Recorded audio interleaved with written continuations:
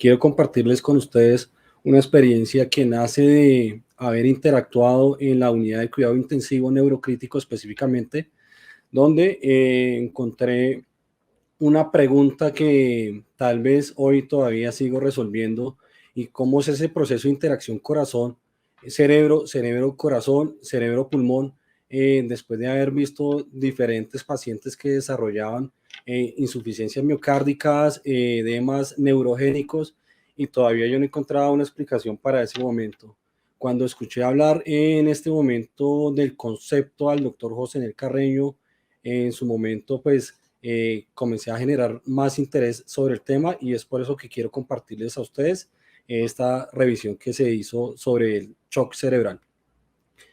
Siempre es bueno tener en cuenta que el cerebro en todas sus fases y prácticamente en el trauma es uno de los órganos más lábiles y tiene que ver también dado por la hipoxia, la hipotensión y obviamente cualquier ausencia o carencia de estas dos variables pues va a hacer que el cerebro deje de funcionar bien y va obviamente a disminuir lo que realmente se proporciona a nivel de la perfusión, que es el oxígeno y los nutrientes suficientes para mantener una altísima tasa metabólica basal. Cualquier alteración en la perfusión y en la oxigenación rápidamente se ve representada en trastornos funcionales neurológicos y que pueden aparecer de forma transitoria o definitiva. Dependiendo de la profundidad y de la duración del trastorno metabólico, la recuperación puede ser parcial o completa y también va a variar el pronóstico de los pacientes.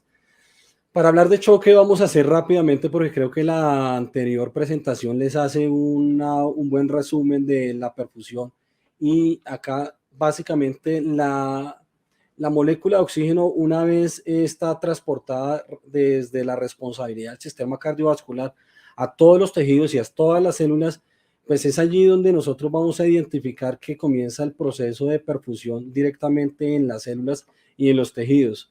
Siempre es bueno tener en cuenta el gasto cardíaco como variable para garantizar nosotros y trabajar junto con él, que no es el único, obviamente, todos los procesos de perfusión en el cuerpo. Entonces, recuerden, gasto cardíaco siempre sale de la frecuencia cardíaca por el volumen sistólico.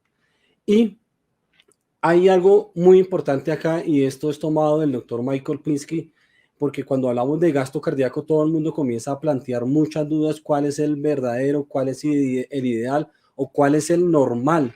Y cuando uno revisa mucha literatura, pues encuentra una varianza significativa que de pronto hace que puedan haber confusiones. Hay algo muy importante que dice este autor y es que no existe como tal un gasto cardíaco normal, existe un gasto cardíaco suficiente para mantener una perfusión tisular. ¿Cómo mide uno un gasto cardíaco? Pues ya lo habían explicado anteriormente, claramente algunos de estos tendrán algún nivel de evidencia de impacto entre especificidad y sensibilidad para monitorizar el gasto cardíaco. Acá les traigo tres opciones que existen, que son los no invasivos, mínimamente invasivos y los invasivos. En los no invasivos existen las metodologías, por ejemplo, como el ecocardiograma transtorácico. Mínimamente invasivo existen los que miden el gasto cardíaco a través de la termodilución transpulmonar con PICO o Volume View y el invasivo como el ya conocido catéter de Swan-Ganz. Cuando hablamos de shock siempre tenemos que relacionar carencia del gasto cardíaco, ya sea por disminución o carencia también por identificación de resistencias periféricas disminuidas. Cada una de ellas obviamente desde un abordaje, por ejemplo en el gasto cardíaco las variables como frecuencia cardíaca y el volumen sistólico o volumen minuto pues son determinantes. Existe choque sin hipotensión, esto es una verdad, e hipotensión sin choque. Y acá es claro una reflexión del paciente que es hipertenso, que tenemos una presión arterial en óptimas condiciones supuestamente, pero resulta que cuando nos damos cuenta para este paciente que ha sido hipertenso y que su enfermedad crónica lo ha llevado a mantener o a tratar de garantizar sus procesos de perfusión adecuados a esta presión arterial, pues probablemente para lo que nosotros consideramos normal o óptimo no lo va a hacer y van a empezar todos los procesos de choque o de hipoperfusión. ¿Qué tenemos en cuenta? Que no solamente todo lo macrodinámico debe ser tenido en cuenta, sino aquello que se ve desde la bioquímica, y acá es importante el oxígeno cuando se une con el piruvato después de la glucólisis para generar esos componentes energéticos de 36 a 38 ATPs, y que con eso se garantice las funciones normales celulares. Es bastante importante cuando el gasto cardíaco y la microcirculación son adecuados. Pero ¿qué ocurre cuando es inadecuado este gasto cardíaco? Básicamente va a haber una poca producción de este ATP o de estos elementos energéticos. Van a haber productos de desecho, en este caso hidrogeniones y CO2, lo que va a verse expresado paraclínicamente con los gases. Adicionalmente, también se va a producir un proceso de acidemia que da como resultado la liberación de forma desmesurada del mismo cuerpo para tratar de compensar la ausencia o carencia de oxígeno, y va a producirse un estado de acidemia que hace que incluso este mismo oxígeno comience a ser menos afín a la hemoglobina, y esto no es que sea sino más un reflejo de un mecanismo compensador del mismo cuerpo. La generación celular y energética también da como resultado pues que las bombas iónicas no vayan a funcionar muy bien, motivo por el cual el sodio comienza a retenerse y se va a ver expresados los edemas en las células, motivo por el cual va a haber finalmente muerte celular. ¿Qué podemos identificar también? Que como mecanismos compensadores el mismo cuerpo comienza a generar herramientas intrínsecas reguladoras que tienen actividades simpáticas adrenales para tratar de mejorar la perfusión y garantizar los órganos que son más sensibles a los cambios de presión, y que obviamente con el tiempo comienzan a generar mayor daño en el cuerpo, en este caso el cerebro. En la otra podemos también ver otro mecanismo que es a través de los esfínteres o metaarteriolas, que son las que tratan de secuestrar lo más posible del volumen intravascular efectivo para tratar de trasladar a las partes que realmente están en este momento con más riesgo de hipoperfusión. Esta es una imagen que podemos ver cómo se identifica un tejido perfundido y otro donde hay ya unas limitaciones en todas estas redes vasculares que se identifica la poca o pobre perfusión que existe. Este es tomado de un artículo donde habla de choque circulatorio. Cuando hablamos de choque circulatorio, pues obviamente tenemos 4 entidades identificadas, pero no vamos a ahondar en este caso, porque lo que hoy nos acompaña es el manejo del choque cerebral.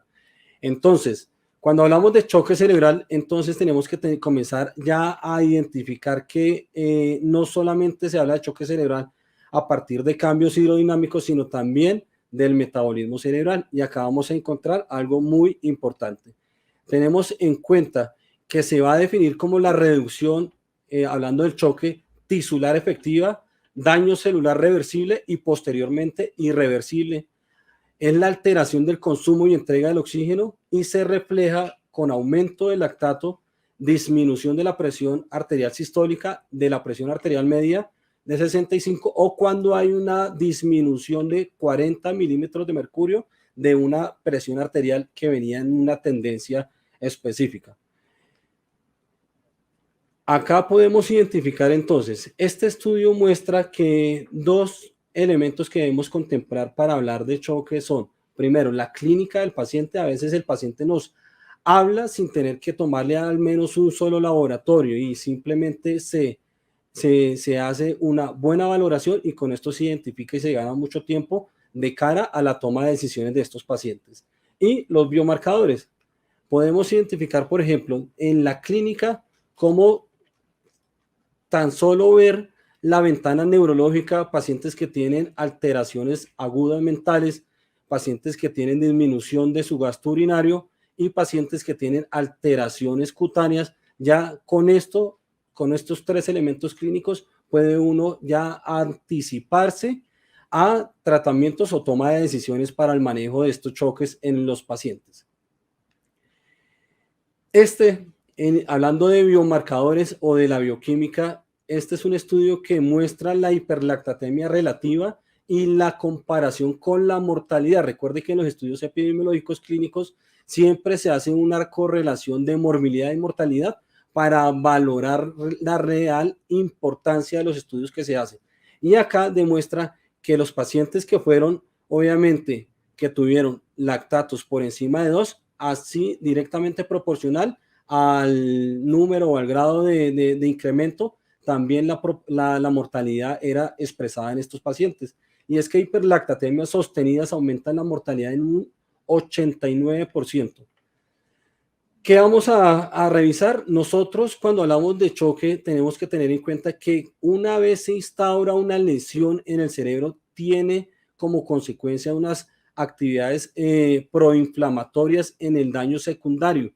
Y estas son las que obviamente nosotros tenemos que aprender a manejar en una unidad de cuidados intensivos. Probablemente las lesiones primarias sean manejadas quirúrgicamente, pero en unidades neurocríticas la destreza de todos nosotros está en aprender a identificar, controlar y manejar este tipo de lesiones secundarias que suelen aparecer en este tipo de pacientes. Acá hay una reflexión que se hace frente a la hipertensión endocraniana, que siempre se asocia como enemigo del flujo sanguíneo cerebral. Y es verdad porque algorítmicamente, entre más aumenta la hipertensión endocraniana, disminuye el flujo sanguíneo cerebral. Y esto dado por la fórmula. Sin embargo, siempre es bueno tener en cuenta que no es el único enemigo y más que todo hablando de lesiones secundarias en los pacientes. Hay que tener en cuenta, y un ejemplo muy claro de eso es sencillamente cuando uno hace una monitoría de la presión intracraneana, identificando las 3 ondas o la morfología de la onda de la presión intracraneana. La onda P3 generalmente nos muestra a nosotros los cambios del retorno venoso o del sistema de drenaje cerebral.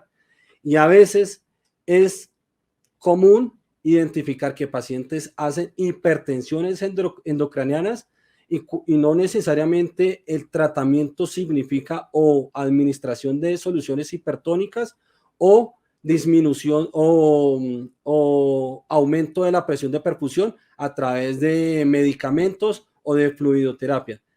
Con solamente acomodar el paciente en una adecuada posición de 30 a 45 grados es suficiente para que los plexos carotídeos del paciente se abran y pueda mejorarse el drenaje de este paciente. Y acá no lo hicimos solamente mejorando la presión de perfusión cerebral, simplemente con un movimiento en el paciente. Y esto suele identificarse incluso en pacientes que no están en esa posición. Uno a veces ve que los pacientes que tienen algún tipo de compromiso neurológico terminan acostándose por debajo de 30 grados y es igual de nocivo porque genera unos cambios colaterales. Optimizando la PIC, no necesariamente con esto vamos a mejorar la tasa de consumo metabólico del oxígeno. Siempre es bueno nosotros identificar otras alternativas y, por ejemplo, acá nos vamos a dar cuenta, ayer les hablaron mucho de la presión tisular de oxígeno y este estudio, el BUS-2, nos muestra la comparación que se hace con, vuelvo y hago la referencia en estudios epidemiológicos, la mortalidad es bastante importante de cara a ver qué tan bueno es el ejercicio epidemiológico de estos estudios. Y acá se hacen 2 comparaciones. Cuando se hace el manejo teniendo en cuenta la presión tisular de oxígeno cerebral más el manejo de la presión intracraneana y cuando solamente se maneja la presión intracraneana. Y mire, por ejemplo, cómo aumenta la mortalidad de los pacientes consecuentemente. Entonces, no es suficiente aprender a manejar la presión intracraneana en los pacientes. También hay que tener otros juicios o elementos para poder manejar este tipo de pacientes con lesiones cerebrales. Y acá volvemos otra vez. Mire la significancia epidemiológica que tiene, por ejemplo, la tasa metabólica cerebral. frente a otras medidas, por ejemplo, como la craneotomía, que se usa para mejorar la hipertensión endocraniana. Es la insuficiencia circulatoria aguda que conduce a disauxia celular y la muerte. En este estudio tal vez lo limita al cerebro, pero acá es válido, y por eso la revisión de esta presentación es que no solamente ocurre en el cerebro, sino que van a haber unos cambios colaterales que van a, obviamente, a llevar al paciente a una falla generalizada. En este paciente neurocrítico es fundamental el conocimiento del metabolismo y no solamente de lo que puede uno hacer de forma hidrodinámica. Lo que uno puede controlar no necesariamente es la hidrodinamia, sino también el metabolismo cerebral. Acá no siempre hay que, como les había mencionado, el manejo hidrodinámico no solamente mejora la morbimortalidad de los pacientes, sino que también todo lo que se relacione con valorar el metabolismo del mismo paciente. ¿Qué definimos como choque? Que es el estado de hipoperfusión sostenida de los tejidos, y que en la medida que existe hipoperfusión sostenida, ese tejido disfunciona, entra en metabolismo anaeróbico y por lo cual empieza a fracasar. Este es un ejemplo. Por ejemplo, cuando un paciente tiene infarto agudo del miocardio, no está en choque, simplemente tiene un proceso de hipoperfusión miocárdica, pero que si se hace sostenido con el tiempo, ya va a desarrollar un estado de choque. Choque es cuando la disfunción hipóxica conduce a hipoperfusión sostenida de los órganos a distancia. Es ahí cuando ya comenzamos a hablar de choque, no cuando solamente se compromete un solo órgano. Mire, en este estudio, hablando del metabolismo cerebral, la directa relación que existe de la presión tisular de oxígeno. La presión tisular de oxígeno es independiente a la presión intracraneana y a la presión de perfusión cerebral cuando el cerebro se encuentra autorregulado. Pero cuando se pierde la autorregulación, acá ya comienzan a haber unas claras diferencias, y son que la presión de oxígeno tisular se vuelve directamente proporcional a la presión de perfusión cerebral e indirectamente proporcional a la presión intracraneana. ¿Qué se tiene en cuenta del metabolismo? Que en la hiperperfusión van a haber acidosis láctica, aumento del delta de CO2, disminución de la saturación del oxígeno, importante, y vuelvo y se toma este estudio del doctor Cristo Lazariz, donde se muestran que no solamente uno tiene hipoperfusión, hipoxia por oxígeno, sino hay otros tipos de hipoxia, que son la isquémica, anémica, la de Chong, que es cuando se buscan otras áreas alternas de menor resistencia, por disperfusión, hipermetabólicas o de baja extracción. Y esto nos hace obviamente reflexionar. Y entonces, ¿con qué se monitoriza? Actualmente contamos con ventajas en esta unidad de cuidados intensivos donde todos trabajamos, que tenemos muchas alternativas para poder tener valorado, monitorizado a este paciente y asimismo saber cómo actuar.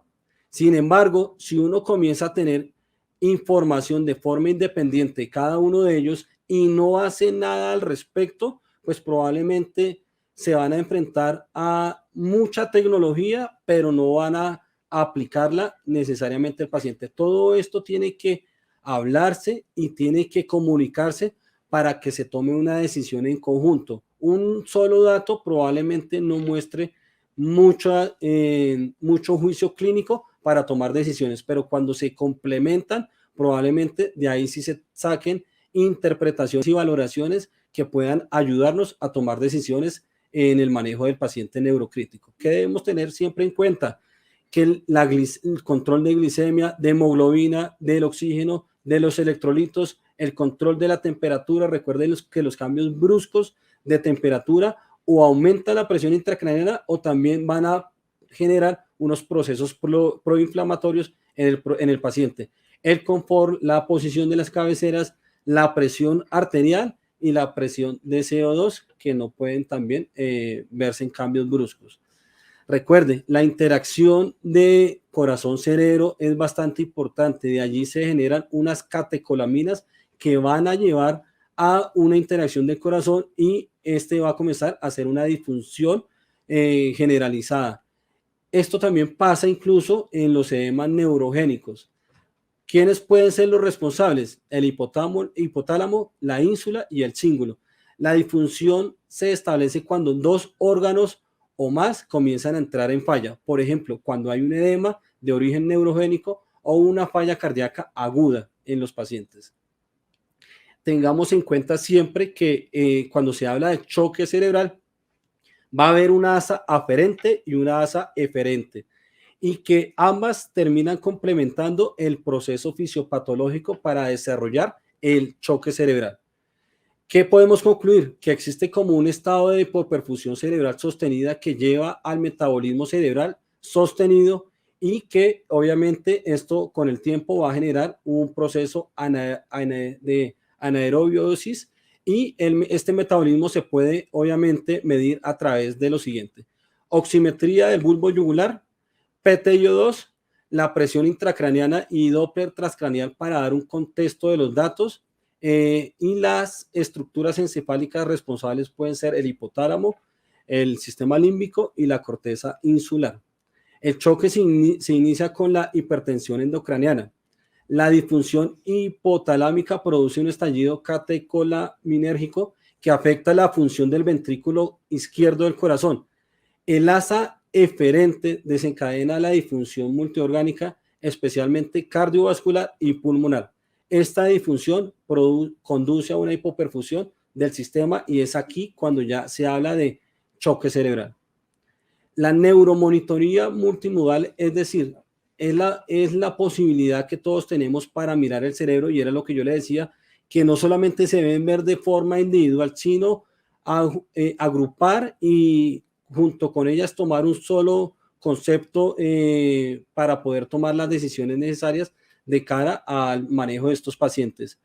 Y gracias a ello, hoy las unidades de cuidado neurocrítico se han convertido en verdaderos laboratorios de neurofisiología encaminada a ofrecer al paciente las mejores posibilidades de reivindicación social, laboral y familiar. Bibliografía les comparto, y por último un gran homenaje al maestro que nos ha sembrado, como lo decían anteriormente, la semilla y la pasión que tenemos en este tema básicamente. Muchas gracias.